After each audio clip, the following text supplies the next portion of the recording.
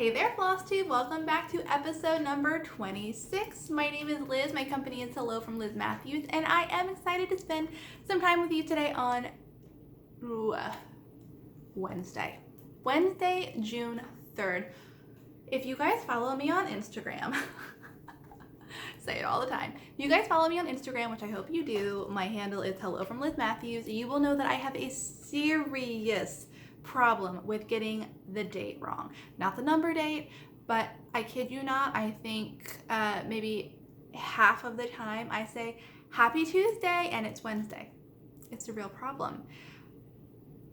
I find humor in it. I hope you just find it as one of my little quirks, but I do hope you follow me on Instagram and you can start tallying that up with me because it's all the time. But today is Wednesday, June 3rd. It is summer weather here. It's hot, hot, hot, which means I have been gardening up a storm in the mornings and then spending my afternoons working on business and stitching away. I've gotten a lot of stitching time in and I have some fun announcements and updates for you, but I hope that you guys have been getting a lot of stitching time in too. I am doing it news reporter style today because I swear there is something I forget every time, and it's important stuff too, like my last FlossTube video, which was now I think a week and a half ago, I left off all of my shop information, my shop updates and shop announcements. So I'm not gonna forget it this time. So let's just dive right in. I have a slew of things to share with you. I'm gonna try to keep this on the briefer side. I tend to get a little long-winded, which I didn't know about myself. I thought I was pretty like quick and straight to it, but you guys have gotten me chatty lately and I'm not mad about it. So let's go ahead and start with news. I have some really happy news to share with you. I hit 3,000 FlossTube subscribers that I am so grateful and excited for. I didn't think that, well, first of all, I didn't think that there would be so many people interested in what I had to say. And I am so glad that you follow along, that you've chosen to follow along on this journey with me. And I also didn't think that it would mean so much to me to have so many online friends out there watching, joining, chiming in. It really does mean a lot. And I'm so thankful for you, and I am just thrilled to hit this milestone. I kind of saw it creeping up, and I didn't want to say anything or jinx it, but I saw it coming, and it was it's really good news, and I appreciate it so much. And because I appreciate it so much, I am having a giveaway. Now, I don't have the giveaway items here or all of the information for you yet because I'm still waiting for some items to arrive. So I don't want to share it yet, but we're having a 3K giveaway, you guys. It's going to be good. I have contacted some maker friends of mine and they're contributing so kindly some really amazing products to this giveaway, and I cannot wait to give back to you, to share it with you, and to be excited with you. Now, when I saw that I hit the 3K mark on my FlossTube channel, I also kind of checked in on Instagram. I am getting dangerously close to 8,000 followers over there. It's kind of like, it's gone up and down these past couple days, I'll just say that. But we're getting close, and as soon as I hit 8K over there, I am gonna have a giveaway on that platform too. So if you don't follow me there and you want a chance to win this epic giveaway that I'm hosting, then make sure you hit follow, because you will have to be a follower of both or either my FlossTube and Instagram channel to be entered to win. But I am so excited. I just want to give back to you all of these products that I love, and I can't wait to share it with you. So you can expect that to probably come in next week's video. Like I said, I've been receiving some things in the mail. Oh my gosh, they're good. They're really good. I've been collecting some things and I'm waiting for some more things to arrive. So stay tuned for that. That's coming next week. 3K FlossTube giveaway. Woo. Also, I gotta dial it back a little bit, I think. I have some news about a mini launch that I'm doing. Now, I have said in the past that I am going to be doing pattern release, reveals, releases every other month.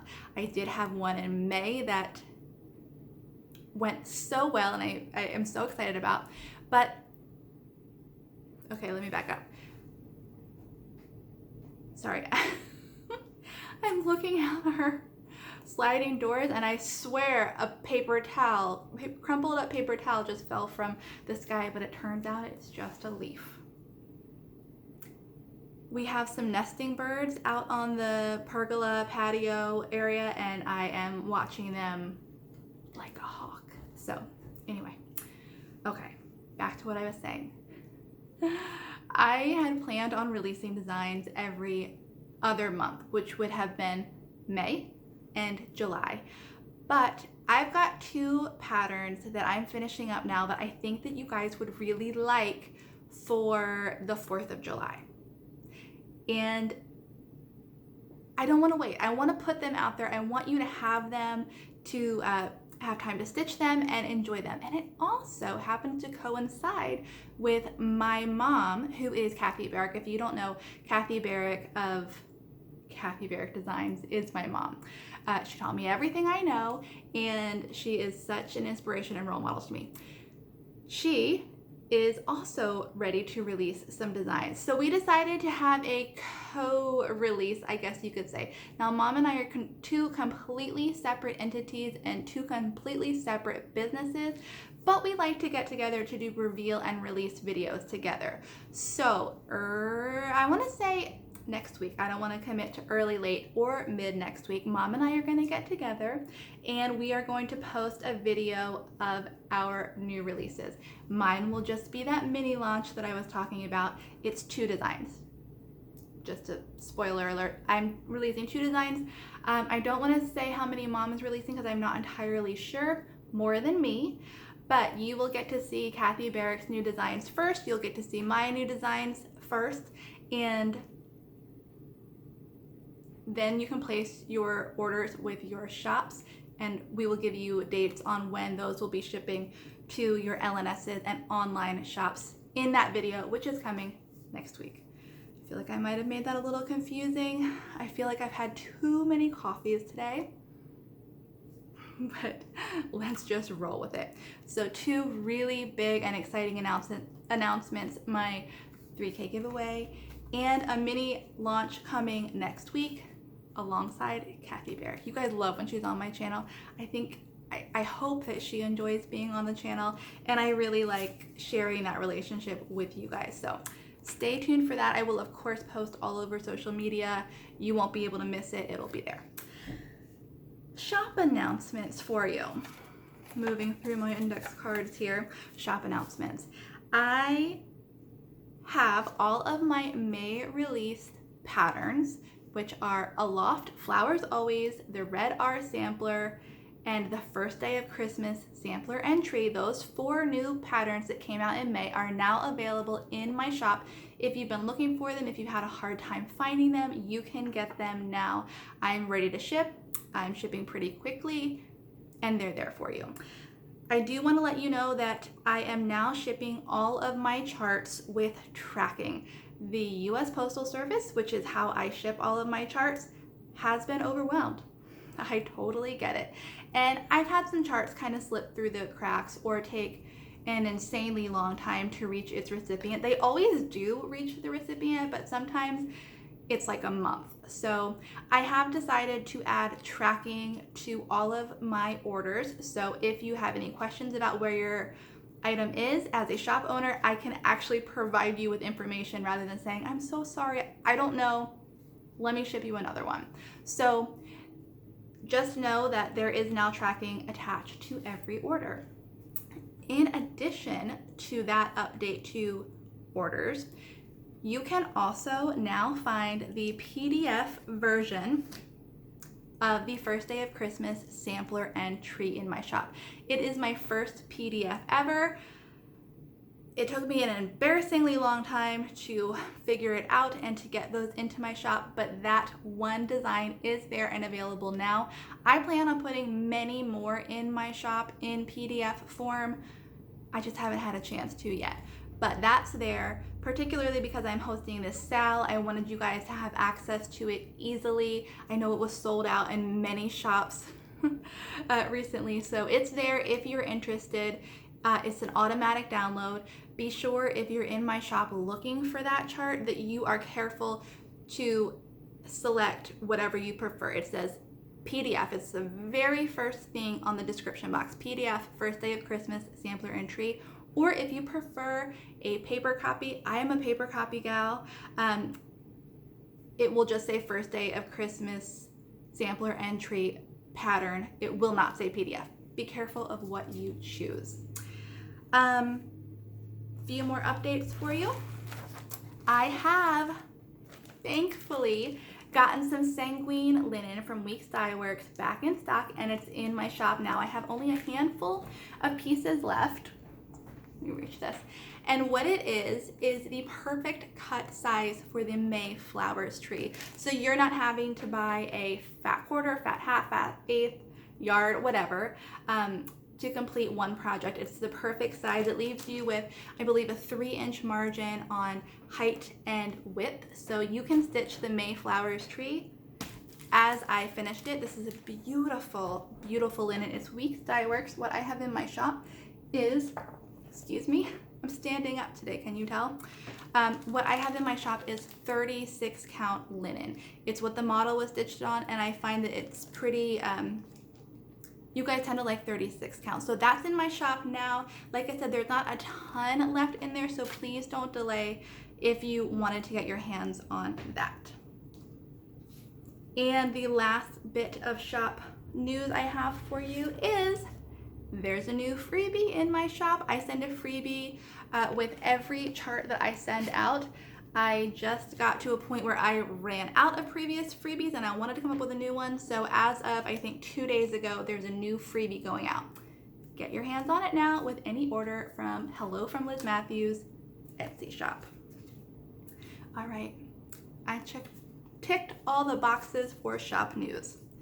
Okay, let's talk about my SAL. I announced a couple weeks ago that I am doing a SAL, my first ever SAL, for the first day of Christmas sampler and tree, and I am overwhelmed with the response I've gotten, and I have enjoyed talking to so many of you about this. Now, the SAL is going to use the hashtag Hello Christmas Days SAL. You can find that on Instagram, or you can find the Facebook group that I created. It is under my Facebook page. I apologize in advance. I am not Facebook savvy. It is not my platform of choice, but I really do like that I was able to create a group and we can chat about this in depth there. So if you're on Facebook, find that group through me and give a join. You do have to ask to be approved, and I do that just for privacy and safety. But there's some great conversations going on there. I'm posting information, I'll do sneak peeks, and we'll just get to chat about this SAL. One thing I do have to update you on is I found another linen alternative. It is Weeks Dye Works linen, colored linen. I use this linen a lot. This is used in many of my designs, but for the sampler version, which is stitched in a completely different color palette than the tree, check that out. Then the linen, colored linen from Weeks Dye Works, which comes in whatever count you want, is a great alternative. The original was stitched on 36 count fog linen from Picture This Plus. So there is some modeling and variegation in that, which you will not find here, but you can see it's a pretty full coverage sampler. So this is a great alternative. Just know that you can place an order for fog linen with your LNS. It just might take a minute for you to get it. I know that Marilyn from Picture This Plus is working hard to fill orders. I have orders pending with her. So if you want to stitch on that to keep it consistent with the original, you totally can. Now, for the tree, this is stitched on a 36 count kudzu linen from Weeks Dye Works. And I have an order in for the kudzu linen so that I can do the perfect cut squares and sell them in my tree too, sell them in my shop too for the trees. It's just on back order right now. So I actually have several yards coming. As soon as it's in stock, I will let you know on social media and in that Facebook group for the SAL that it's there. Those were just some kind of general questions I had gotten about the SAL that I wanted to answer here. You can always shoot me a question on Instagram or in that Facebook group, and I will answer as many questions as you have.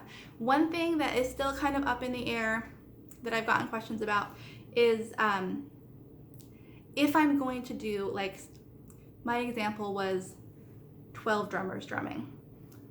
I'm on the fence about if there will actually be 12 drummers in that sampler or like a drummer. I guess I don't really need to share this information with you. It's just something that I have been mulling over in my head for a couple days as I head into trying to design the second day of Christmas tree. I want it to be consistent throughout the 12 days, so it's just something I'm thinking about. I guess, you know, you can chime in if you would like, but don't feel like you have to.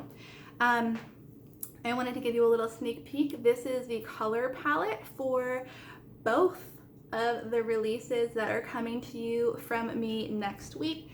If you want a little sneaky peeky kind of a thought or idea about what these designs might be, it is a palette for both of them. You could stock up now if you wanted. I'm using Weeks Dye Works grits, red pear, and blue suede, all over dyed cottons, all lovely. Okay. Speaking of sals, my friend Shannon is hosting a sal for my Red R Sampler Drats. I should have had it out here to show you, but you guys watched me stitch it the whole way through. It is a reproduction of a Dutch antique sampler. It's so beautiful, and it is such a fun stitch, and she's hosting a sal. She's using the hashtag HelloRedRSal. I will link Shannon in the description box below. She has a FlossTube channel with her friend Jody there at M&M Stitchers, and it's a great channel to watch. She's getting close to a 500 mark, and she's gonna have a giveaway when they hit that number. So if you want to go over, get yourself entered for that, you definitely should. And follow along on that hashtag if you're planning on stitching the Red R sampler. I know many of you are. I've seen it be kitted up. You guys are gonna love it so much. So you might as well stitch with some girlfriends and use that hashtag. Thank you, Shannon, for hosting that. And I wanted to show you a few things I ordered. This is it was my Happy Mail section.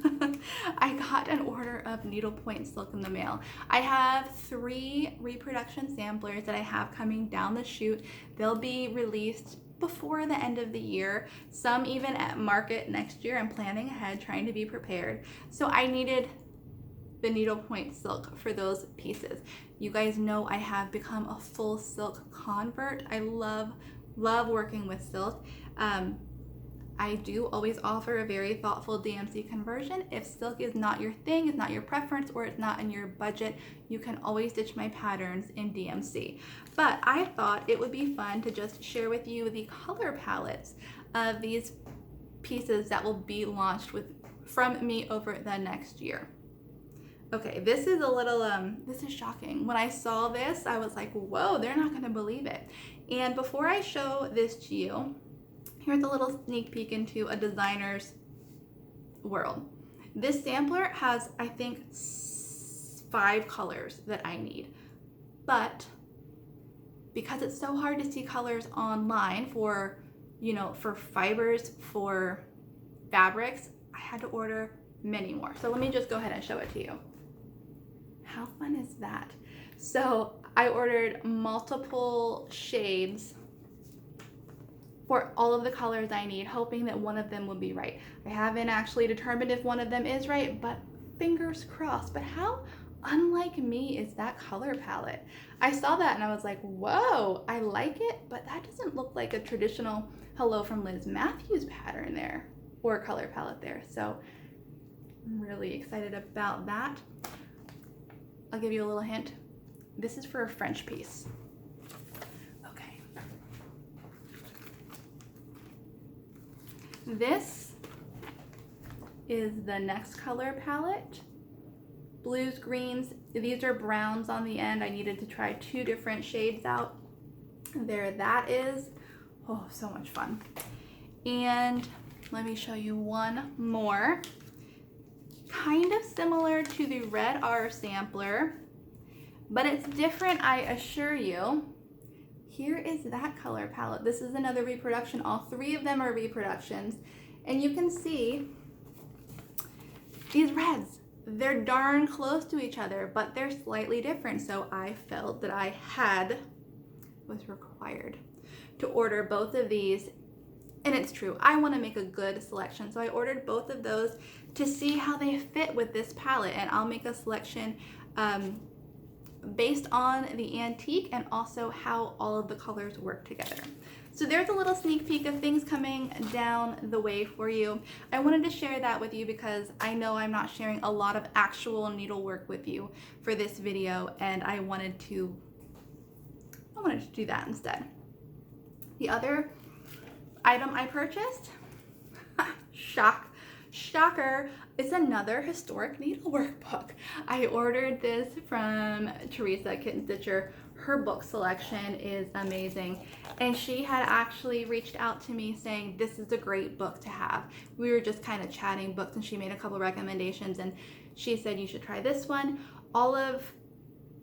Scratch that, not all of her books, but many of her historic sampler books are out of print, so you're buying them all secondhand, but she's very clear about the condition that the books are in.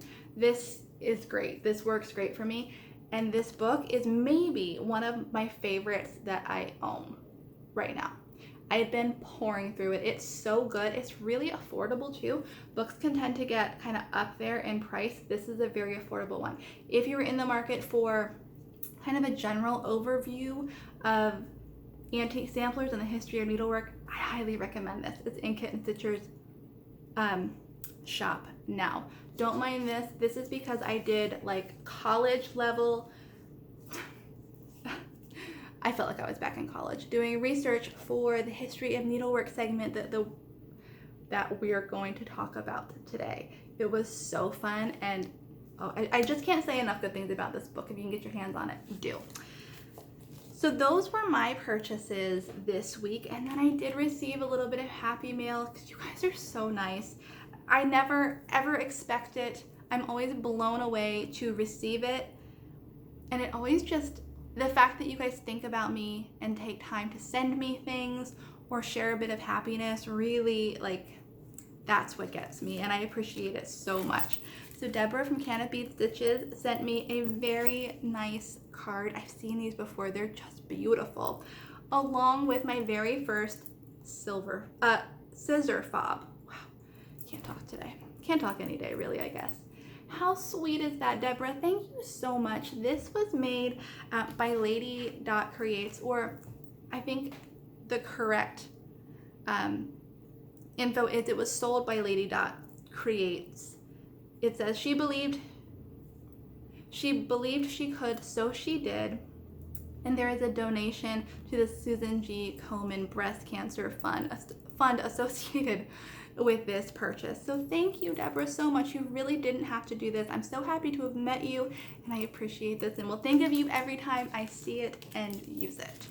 In addition to that, my friend Lisa, who sent me some giveaway items, more on that in the next video, also sent me this sweet little notebook. Now, I am a notebook lover, so I don't think she knows this. This is right up my alley. A good notebook with a nice pen, like, oh, and now stickers. Ever since Farm Girl turned me on to that antiquarian sticker book, I love them. I love them all. Thank you, Lisa, so much. I will put this to good use too.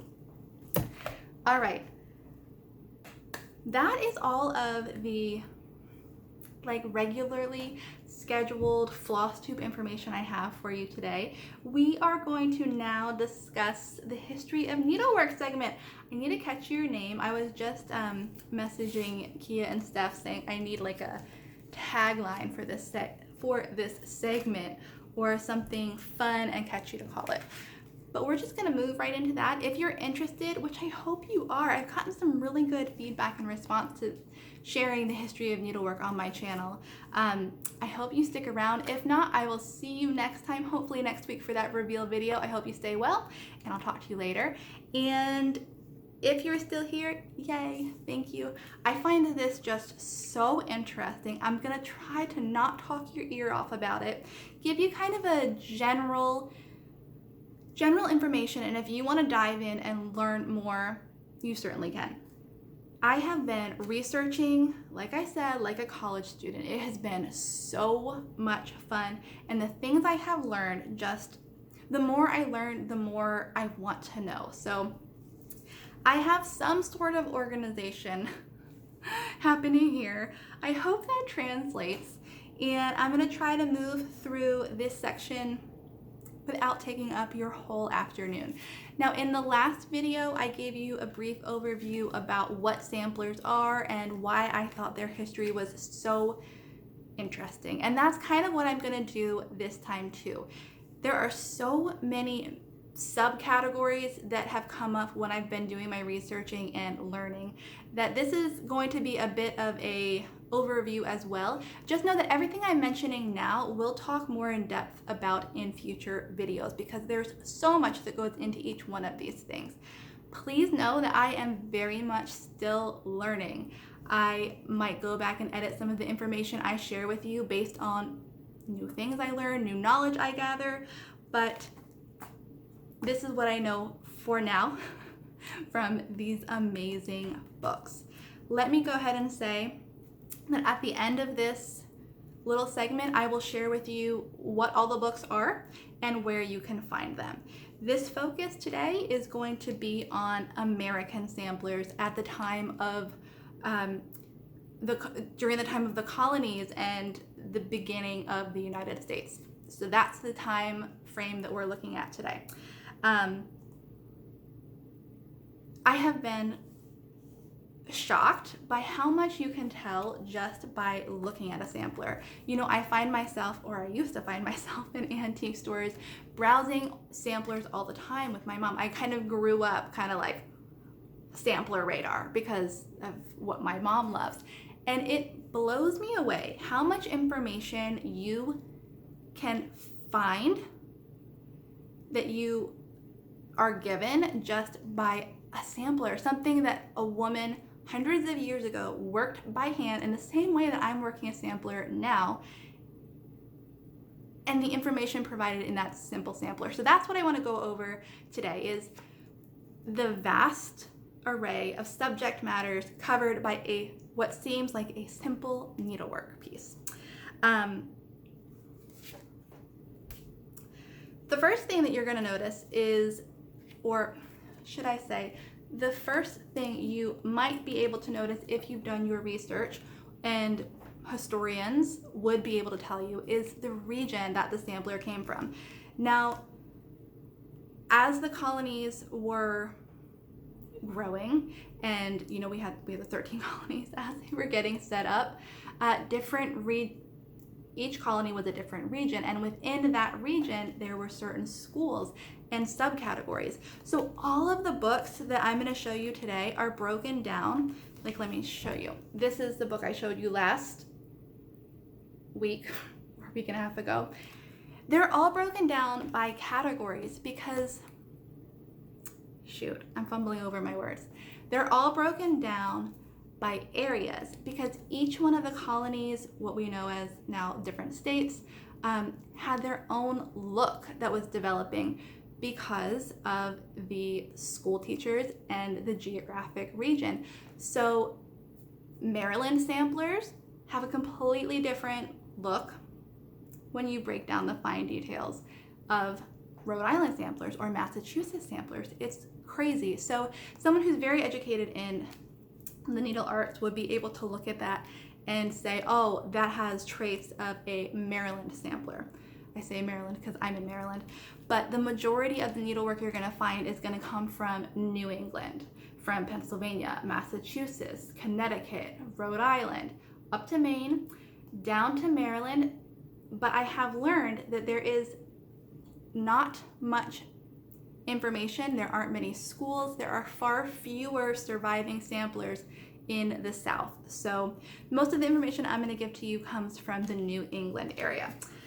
One thing that you'll notice is there's a definite shift from the European style sampler that I shared last week, which was like a long, skinny, borderless band sampler, into a more freestyled American look. We talked about that last week.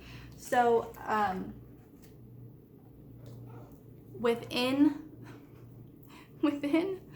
that new freestyle look, you have a whole bunch of different images and motifs popping up due to the teachers in the area. Teachers are a big deal in the needlework world. There will be a hopefully more articulate segment of the history of needlework on my channel coming devoted to teachers, because wow, the teachers had such an impact on all of the pieces that were made during that time, that we study now, that we replicate now, that we stitch now. One single teacher, like we're stitching things now due to one single teacher. So there's more on that coming in the future. There's going to be a lot of me holding up pictures for you. You can see that's what I've tabbed here. I hope you're cool with that. It's the best way that I can share the information with you. So let me start diving into that. You're going to have patience. Look up if you'd like to. Otherwise, just keep on stitching away. I'll talk to you. So within the schools, you will also, because of the schools, you will also get an idea for how people valued a girl's education. And you'll see it evolve over time. Dating back to the early 1800s, you'll see that they were educated far less in far less subjects than they were towards the mid to late 1800s. You know this because historians have found the postings, that's what I'm showing you here, for needlework schools, girls' schools, stating what the admittance cost is, as well as the subjects they would learn. So, for instance, this girls' school taught reading, writing, spelling for $2 per quarter. If you wanted to learn geography, arithmetic, and plain needlework, it was $3.50 per quarter. Embroidery and painting was 85 cents per quarter. So you can see what the girls' school focus was and what the community's opinions about girls' educations were. Okay. You'll also be able to note in historic samplers that in the early 1800s, there were far more misspellings of things, which I think is very interesting.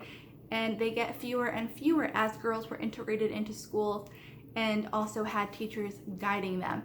You saw things like the spelling improve. You saw things like girls doing map samplers. So their education really did improve over the years, and it's evident in needlework. You can also see characteristics of the different colonies. Let's see. I found several images from Rhode Island where there are samplers with blue houses. Now, I didn't know that blue houses along the seashore were a thing, were common, but many of the samplers out of Rhode Island feature a blue house. So you're also able to kind of see identifying traits of the area. It would be different in Rhode Island than it would in Massachusetts or Connecticut. I think that's super interesting. You'll also see birds, flowers, and landscapes that are indigenous to the area. Is that the right word? I think that's the right word. So you can learn about the environment. This is what happens to me. I start heading down an unclear path, and then I just get in my head and it gets worse and worse. But stick with me. I'm going to tell you some other things we can learn by viewing needlework. We can learn about the trade and the economy. Colonies that had seaports, like I believe it was Massachusetts, but don't quote me on that entirely, saw a rise in the use of silks because they were trading with China. So silks might not have been used throughout all 13 colonies, but they started to pop up in that particular area due to trade and commerce. And you can also see a nod to the political climates and political stances of people in the colonies. Teachers started to rebel against the very perfect and inline designs and patterns in needlework of England and of Europe. So they started to rebel in the only way they could, and that was teaching their schoolgirls a more freestyle form, less conservative, less kind of confined than had originally been taught.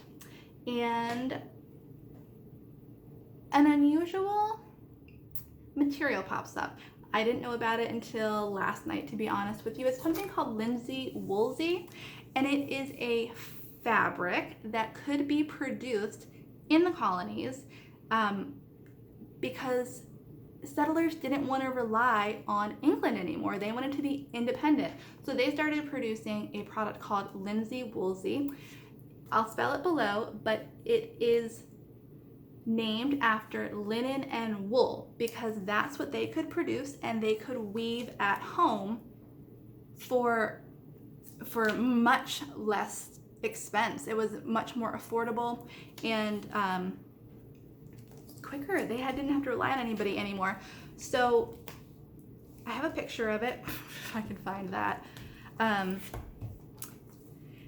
The warp is linen and the weft is wool. So it got the name linsey woolsey, and it was just a much more affordable ground.